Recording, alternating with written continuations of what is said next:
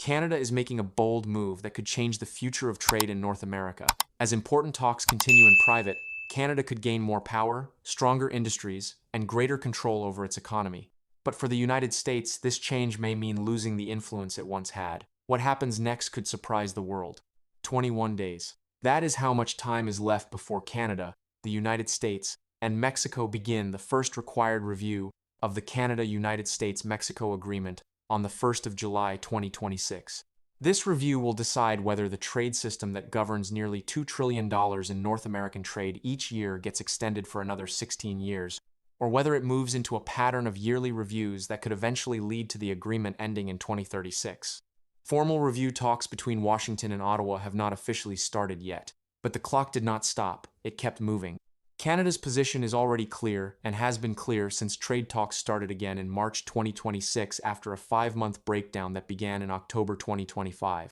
Trade Minister Dominic LeBlanc sent a formal written request to his American and Mexican counterparts asking for a full 6-year renewal. That is the longest extension period the CUSMA review rule allows. Canada's chief trade negotiator, Janice Charette, who was appointed by Carney, described July 1st as a checkpoint rather than a cliff. That wording was chosen to show that the date does not end the agreement, while also admitting that the checkpoint is getting closer without the agreement needed for a clean renewal. Washington's position makes that request harder in 3 clear areas. Each one turns what Ottawa hoped would be a simple procedural renewal into a serious negotiation. The first area is auto content rules. The American proposal presented on the 29th of May, 2026 demands that vehicles contain at least 82.5% North American content, up from the current 75%, with at least 50% of that content specifically made in the United States. The current system measures regional content together, treating parts assembled in Canada and parts assembled in the United States as equal within the regional total. The proposed U.S.-specific minimum breaks that equal treatment. It punishes Canadian-made content compared with American-made content inside the same vehicle. The second area is stronger U.S. manufacturing requirements more broadly. This goes beyond cars and reaches into the Section 232 tariff structure covering steel, aluminum, copper, and forest products, which currently sit completely outside CUSMA's formal structure. Carney addressed this directly. He said that for Canada, there are more basic structural issues, as people know, tied to the so-called strategic sectors. That is the American term. He pointed to the 232 tariffs on cars, steel, aluminum, and forest products. He said Canada is especially looking to see whether there is a chance for a new partnership in that area. A CUSMA renewal that leaves the Section 232 tariffs untouched does not solve the trade conflict that has been hurting Canadian exporters since 2025. It only renews the agreement's basic framework while the tariffs outside that framework continue to operate.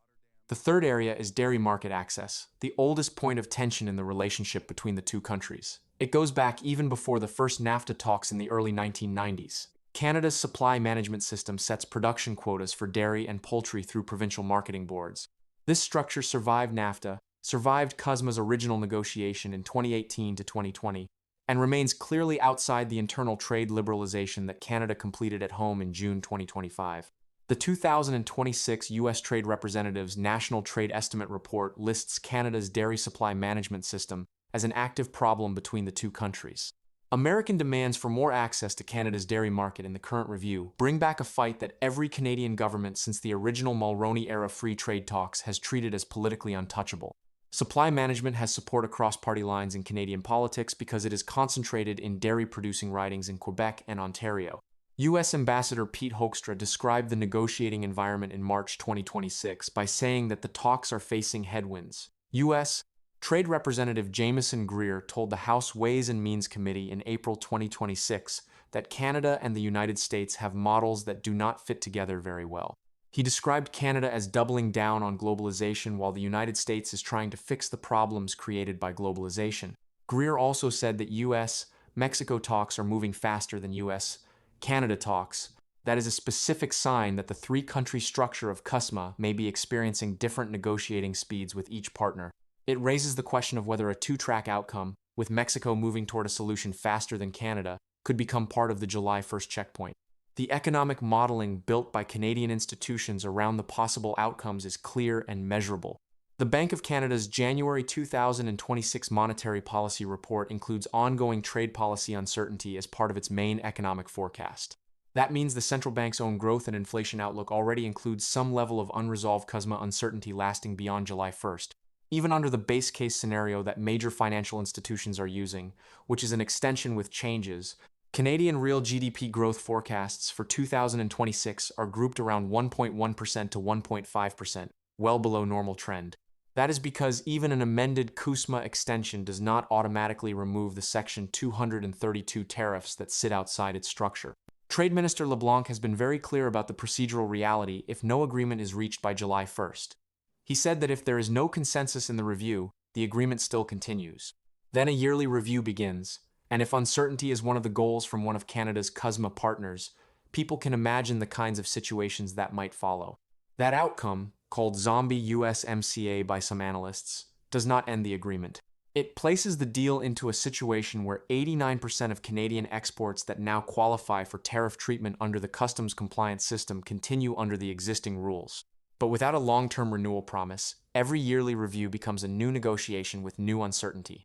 The Eurasia Group ranked this yearly review scenario 9th on its top 10 global risks for 2026. Barry Appleton of the Center for International Law at New York Law School explained the core risk clearly. He said the main danger is not that CUSMA ends in 2026, but that it works as if it could end at any time for an unlimited period. The withdrawal scenario, while seen as less likely by most analysts, carries the most serious modeled results. Under Article 34.6.6, any party can leave CUSMA with 6 months written notice, while the agreement stays in force between the parties that remain. Scotiabank's March 2026 scenario analysis modeled a disruptive but contained result. In that case, CUSMA talks collapse, and the United States places 10% tariffs on Canadian goods that are currently exempt. That produces a 0.6% drop in real Canadian GDP within 1 year and pushes unemployment up to 6.5%. A more severe case involving 35% tariffs on currently exempt goods creates a 1.9% GDP contraction, 7.1% unemployment, and about a 4% drop in export volumes within 1 year. Ontario has the most concentrated exposure to any of these results. 81% of Ontario's goods exports go to the United States, and 42% of the jobs created through Canada-US trade are concentrated in that province. Ontario's 2026 provincial budget also separately modeled a CUSMA withdrawal scenario using an assumption of 12% US tariffs. In that case, provincial GDP growth slows from a projected 1% to 0.3% in 2026 and recovers only to 0.6% in 2027. 21 days remain. The automotive content proposal is on the table. The Section 232 tariffs sit completely outside the formal review process. Dairy market access, the point of tension that has survived every earlier renegotiation untouched, is back in American demands. Canada has submitted its written request for a 16-year extension. The United States has signaled that talks may not be finished by July 1st. And the Bank of Canada's own economic forecasts are already built around the idea that none of this will be solved smoothly or on time.